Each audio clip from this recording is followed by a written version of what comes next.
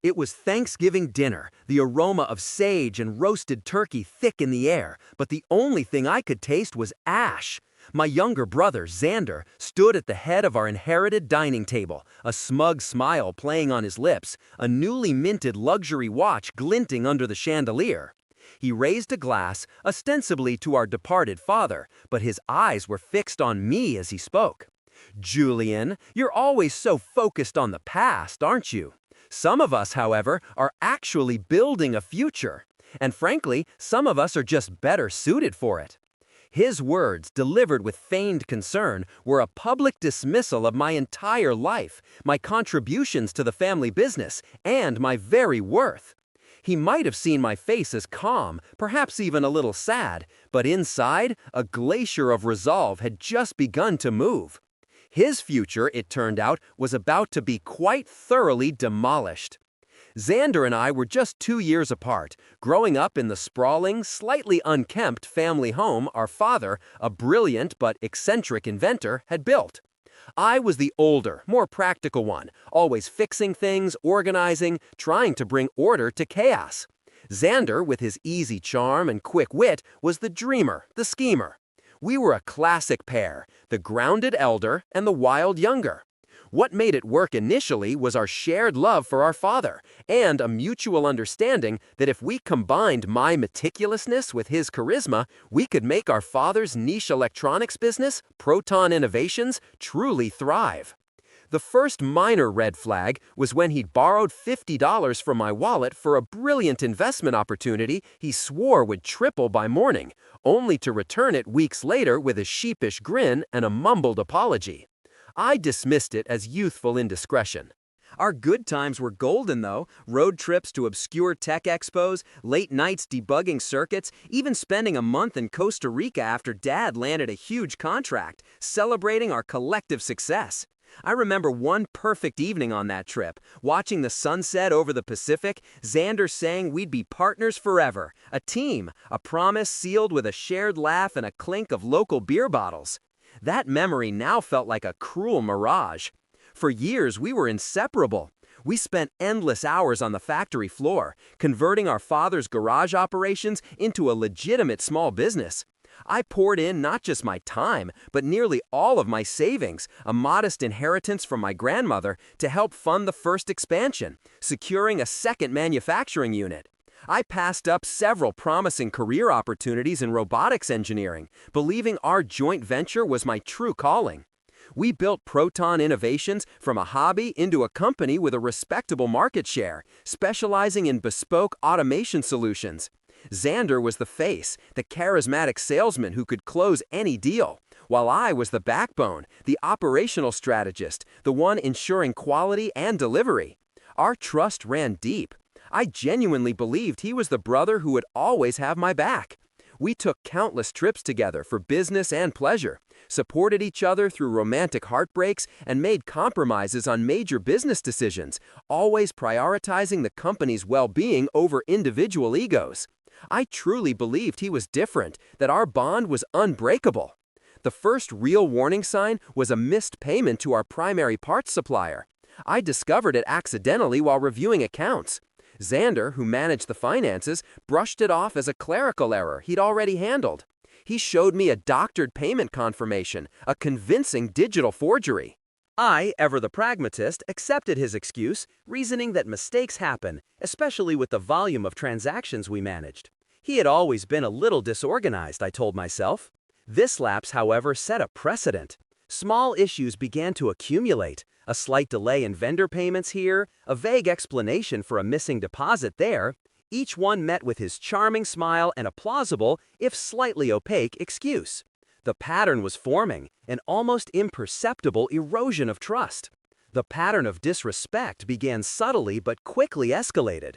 The first incident I remember vividly was during a sales team lunch at the Rusty Spoon, our usual Friday haunt. I was explaining a crucial software update to our lead engineer, Daphne, when Xander interrupted, waving his hand dismissively. Julian, always in the weeds. Let the smart people handle the big picture, okay? Nobody needs to know about the pixels, just that the screen works. He laughed, and a few junior sales reps chuckled nervously.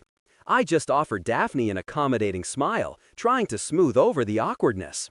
A few months later, at a local tech community event, a large networking mixer, I was approached by a potential investor, a Mr. Harrison from Zenith Ventures. As I introduced myself and explained our latest product, Xander suddenly appeared, draping an arm around my shoulder. Mr. Harrison, Julian's a genius with the technical stuff, really. But for the vision of Proton Innovations and how we're going to disrupt the market, you need to talk to me. He steered Mr. Harrison away, leaving me standing alone, feeling foolish. My discomfort grew, but I told myself he was just an eager visionary. The clear boundary was crossed during our annual investor meeting last spring. I presented the Q1 financials, highlighting our robust growth. When I finished, Xander stood up. Julian's done a phenomenal job managing the numbers, as always. But let's be honest, the real growth, the new contracts, the entire direction of the company, that's been my strategy. He minimized my strategic input, turning my meticulous work into mere bookkeeping. He justified each incident with a blend of false modesty and a subtle jab, always framing it as taking the pressure off me or letting me focus on my strengths. I noticed our cousin, Penelope, a sharp-eyed lawyer, casting concerned glances my way, but no one ever spoke up directly. The deeper betrayal came to light one crisp autumn evening during a community fundraiser for the local library, a rather dull affair held in the church hall. I was helping Aunt Carol with the raffle table when I overheard Xander, tucked away in a corner, speaking quietly on his phone. His voice was low, conspiratorial. No, he doesn't suspect a thing. Julian thinks he's so clever, but he's too busy counting pennies. He's gonna be blindsided. The last transfer went through today, almost 20,000, all from that old joint account. And the best part? Our name's not even on the offshore account, just yours. My blood ran cold. 20,000? Joint account? Offshore? The words echoed in my ears, an icy wave washing over me. This wasn't just disorganization or ego, this was theft. My hands trembled as I excused myself from Aunt Carol, the noise of the fundraiser fading into a dull hum. I felt a visceral punch to the gut, a deep, sickening realization that the brother I had poured my life into was actively siphoning away our shared resources. For a fleeting moment, I wanted to march over there and confront him, demand answers. But then, a colder, harder thought emerged. What good would that do without proof? He'd just gaslight me again. I needed more. I needed evidence. The decision was clear. Gather evidence. I started by suddenly checking the online banking for our joint Proton Innovations operating account. Over the next week, I noticed numerous small, unauthorized transfers, sums like $1,500, $2,000, always to different, unfamiliar accounts, totaling nearly $10,000. Each transaction felt like a fresh stab. I then recalled an obscure clause in our father's will, which stipulated that if either partner in Proton Innovations attempted to defraud the other of their inheritance or company assets, they forfeited all claim. This was my leverage. My first unexpected ally was Penelope, our cousin. I shared my suspicions, and her legal mind immediately went into overdrive. Julian, this is fraud. We need a paper trail, a digital trail, anything. She quietly gave me the name of a private investigator, Silas, a gruff but incredibly effective former police detective. Silas set up a secure way to mirror Xander's company emails and checked his phone records, which confirmed frequent calls to an unlisted number in a neighboring state. Meanwhile, Penelope, using her legal expertise, helped me access archived financial statements from Proton Innovations' early days, revealing patterns of cash withdrawals Xander had blamed on petty cash but were never accounted for. The worst discovery came when Silas uncovered a shell company registered under a fictitious name, receiving regular payments from Proton Innovations for consulting services, payments that directly corresponded to the funds Xander had been transferring out. This changed everything. He wasn't just stealing from me, he was bleeding the company dry, using it as his personal ATM. Every new piece of evidence, meticulously documented in a color-coded binder, solidified his betrayal and my resolve. The final straw broke at our annual holiday gathering, a formal New Year's Eve dinner at our family home. The house was decorated with garlands and twinkling lights, a stark contrast to the darkness brewing beneath Xander's polished facade. Nearly the entire family was present: Penelope, Aunt Carol, Uncle Marcus, even a few distant cousins. Xander, flushed with success from closing a lucrative deal I had largely negotiated, toasted to Proton Innovations' future. He then turned to me, a cruel glint in his eye. "You know, Julian," he began, his voice dripping with false empathy, "Dad always believed in you, even when you struggled with the big picture.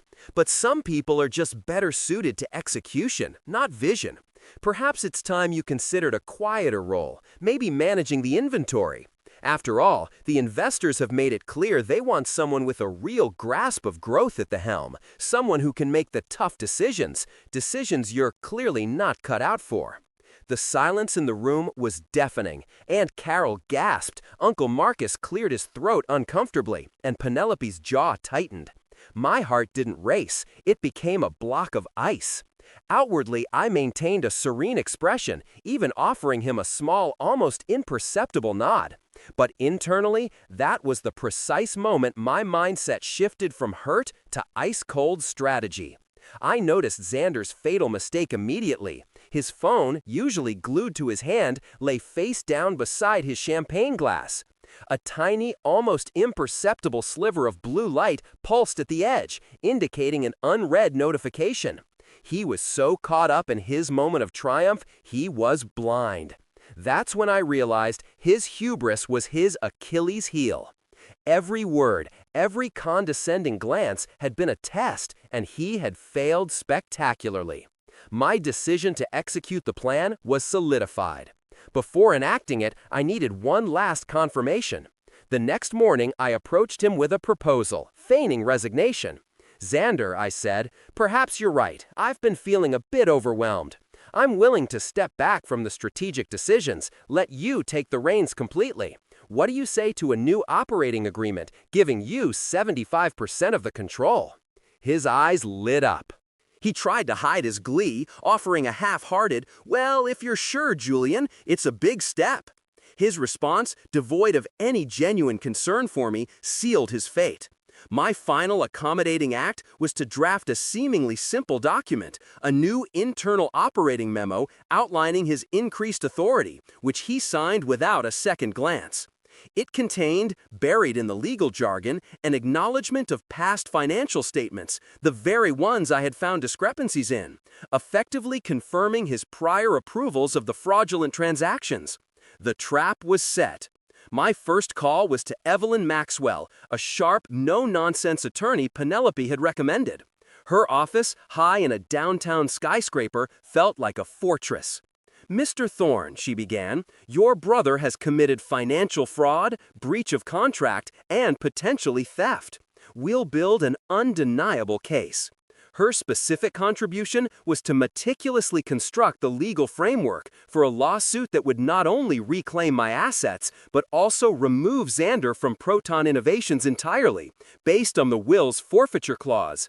Next, I met with Silas, the private investigator, a man whose gruff exterior hid a brilliant tactical mind.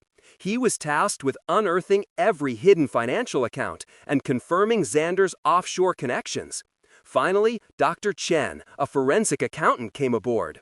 He unraveled the complex web of shell companies Xander had used, tracing every diverted dollar. The cost of this preparation was substantial. My initial retainer for Evelyn alone was $15,000, and Silas and Dr. Chen added another $10,000. This entire secret planning phase took nearly 6 months. The evidence collection was meticulous. Silas, through discreet surveillance and digital forensics, obtained security camera footage from the local bank branch showing Xander making cash withdrawals well beyond his authorized limits. We had 47 text messages exchanged between Xander and his offshore contact, a shadowy figure named K. Vance, detailing the fraudulent transactions and strategies to hide them. Dr. Chen's work provided bank statements showing over $120,000 transferred from Proton Innovations accounts to shell companies, then routed to K. Vance's account. Penelope, leveraging her legal network, secured witness testimony from a former Proton Innovations bookkeeper, Maria, who confirmed Xander had instructed her to categorize certain large consulting payments ambiguously. Silas also managed to get 3 specific audio recordings from Xander's office on June 12th, August 3rd, and September 19th, where he discussed the fraudulent scheme with Kay Vance, detailing his plan to squeeze Julian out. We had an email trail, meticulously archived, revealing Xander's internal communications, instructing staff to ignore my directives while subtly undermining my authority. Finally, screenshots of social media posts showed Xander flaunting lavish purchases, a new boat, a custom watch, far beyond his legitimate income, while blaming the company's tight budget for delaying employee raises.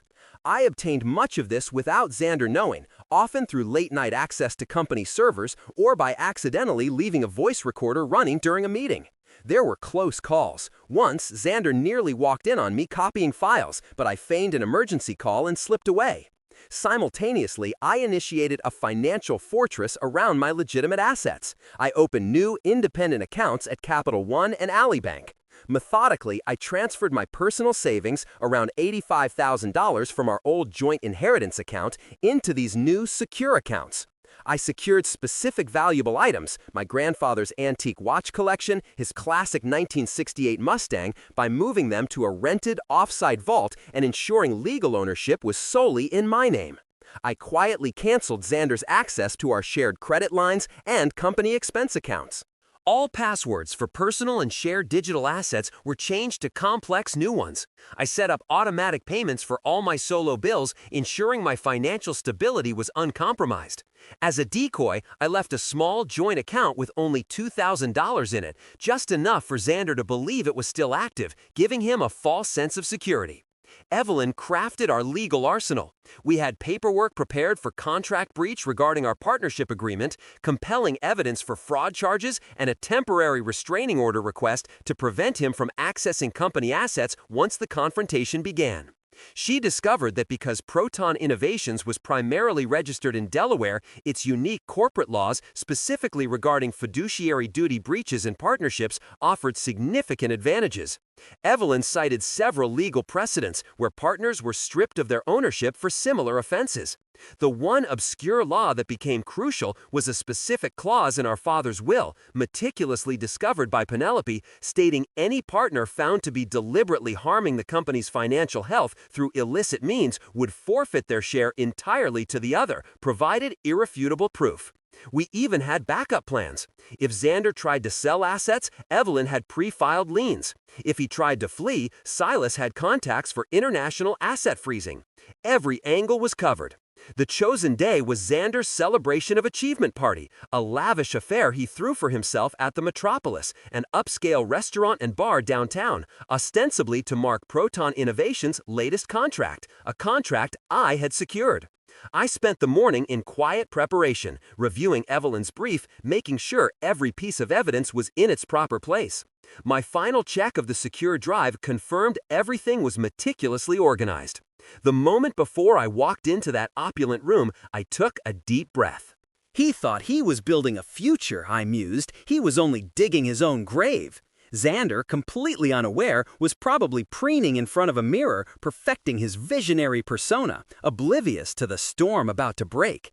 I found him holding court near the open bar, a glass of expensive champagne in hand, basking in the fawning attention of colleagues and industry contacts.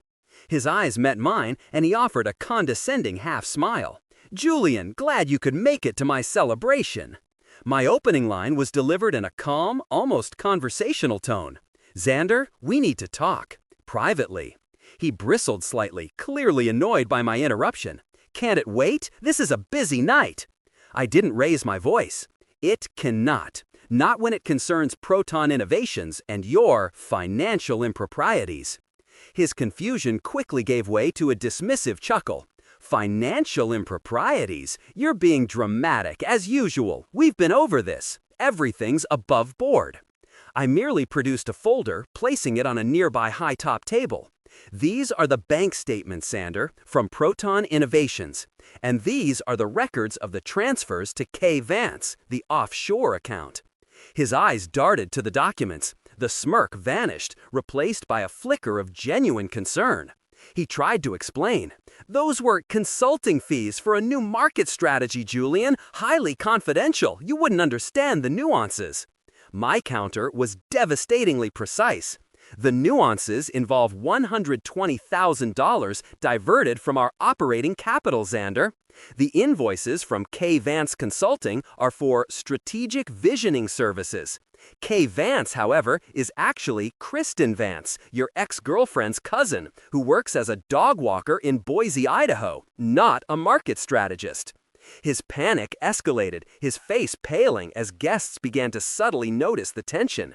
Julian, this is a misunderstanding. We can fix this. Just name your price. Let's talk. Don't ruin my night, he pleaded, attempting to bargain. I'll give you double your share. I simply shook my head, my voice colder than ever. There's nothing to fix, and no price to name. My attorney has already filed the papers. You're being removed from Proton Innovations for breach of fiduciary duty and fraud.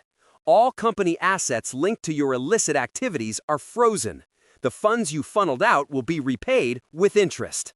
Then Penelope stepped forward from the small group that had gathered, a grim expression on her face. Xander, she said, her voice clear and authoritative, I've seen the evidence. Maria, the bookkeeper, is ready to testify. Silas has recordings. There's no explaining your way out of this. His jaw dropped. He looked at me, then at Penelope, then at the documents, his eyes wide with a desperate, trapped understanding. He stammered, Julian, please, we're brothers. Our father, he wouldn't want this. My coldest one-liner hung in the air. Our father would have wanted Proton Innovations to survive.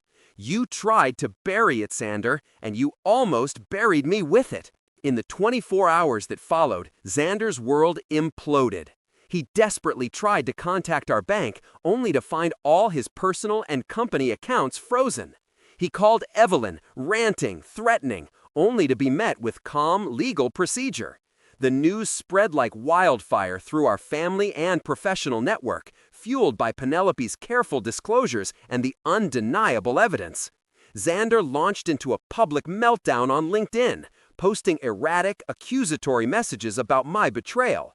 But the evidence I had compiled, silently released by Evelyn, spoke louder than his increasingly unhinged claims. Many mutual friends and colleagues who had witnessed his public slights against me swiftly sided with me. Aunt Carol, furious, called him directly, detailing his callousness. The surprise supporter was Mr. Harrison from Zenith Ventures, who, after reviewing the evidence, publicly condemned Xander's actions and reaffirmed his interest in Proton Innovations, stating his confidence in my leadership. 3 months later, the legal proceedings concluded. The court date was a formality, largely based on the sheer volume of irrefutable evidence. Dr. Chen's forensic analysis, Maria's testimony, and Silas's recordings sealed Xander's fate. The judge, visibly unimpressed by Xander's weak defense, ruled entirely in my favor. I was awarded full control of Proton Innovations. Xander was ordered to repay the $120,000 he had stolen, plus $75,000 in punitive damages and legal costs. A permanent restraining order prevented him from contacting me or any Proton Innovations employees. His attempt to appeal was swiftly denied. Evelyn's bill, a substantial $28,000, felt like the best investment I had ever made. Xander's downfall was swift and absolute. He now lives in a cramped, rented apartment 40 miles away, sharing it with a former college friend, having sold his luxury sports car and other high-end possessions to cover initial legal fees. He was fired from Proton Innovations, of course, and his reputation in the tech industry was shattered. He now scrapes by with gig economy jobs, driving for rideshare apps and doing odd delivery jobs, a far cry from his visionary days. Aunt Carol and Uncle Marcus cut ties completely, disillusioned by his greed. Most of his former business contacts blacklist him. He's saddled with immense debt, his remaining accounts frozen to repay the judgment. The woman he was funneling money to, Kristen Vance, reportedly broke off contact immediately once the truth came out, realizing she was merely a pawn in his game. The cruel irony? He now occasionally contacts Penelope, desperate for legal advice he can't afford, often implicitly asking for a loan from me through her. The specific luxury he lost that undoubtedly hurt most was his reputation, his carefully curated image of success and charisma, now exposed as a hollow sham. My new reality, conversely, is one of peace and prosperity. I've renovated the family home, turning it into a comfortable, modern space, a true sanctuary. Proton Innovations is thriving. With Xander's drain removed, we've secured new, lucrative contracts worth over $150,000 annually. I'm no longer just managing the inventory, I'm steering the ship, leading with integrity. I'm dating someone kind, a landscape architect named Delia, who appreciates sincerity and has no interest in grandstanding. I can finally pursue my personal passions without guilt or constant vigilance, investing in my vintage car collection, traveling to remote archaeological sites, things Xander always dismissed as frivolous. The unexpected positive outcome has been the deepening of my bond with Penelope, who became not just an ally, but a trusted confidant and a true friend. Just last month, I saw Xander at a gas station, ironically pumping gas into a battered old sedan. His clothes were worn, his shoulders slumped, and the glint was gone from his eyes. He saw me and quickly turned away, hiding behind his car. He tried to break me, to cast me as the dull, backward brother fixated on the past, but he only succeeded in forging me into something sharper, something capable of building a future he could never even dream of touching.